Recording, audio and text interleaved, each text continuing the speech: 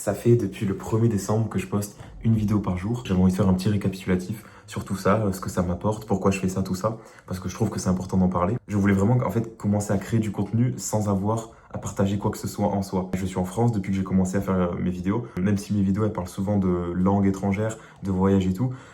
Toutes les vidéos que j'ai fait, c'est à base de vidéos que j'ai dans ma galerie, que j'ai pris au moment où j'étais au Japon, en Australie, en Chine, etc. Mais sinon, j'ai fait tout depuis la France. Et je trouve que c'est genre le meilleur exercice. Pour plus tard, c'est je fais un peu un investissement sur moi-même, puisque je me dis que là, si je suis capable de tenir ça en France, et surtout en me forçant à le faire, et bien j'ai l'impression que je peux développer, en fait, je peux améliorer ma capacité à créer du contenu sans vraiment avoir quoi que ce soit à montrer.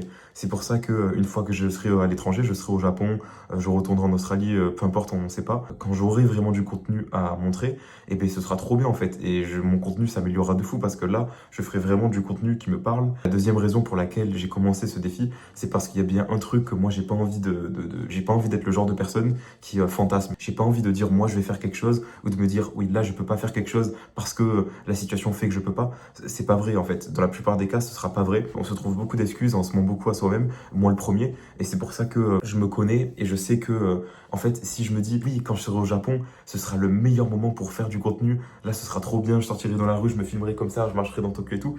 Alors que c'est pas vrai en fait. C'est pas vrai parce que ça demande tellement d'expérience. Si on regarde mes vidéos, je faisais pas du tout de face cam comme ça. Je faisais beaucoup de trucs où on me voit. Souvent sur la vidéo, j'essayais de me montrer quand même, mais c'était vraiment sur des angles beaucoup plus éloignés. Je suis dans mon salon, je marche, etc.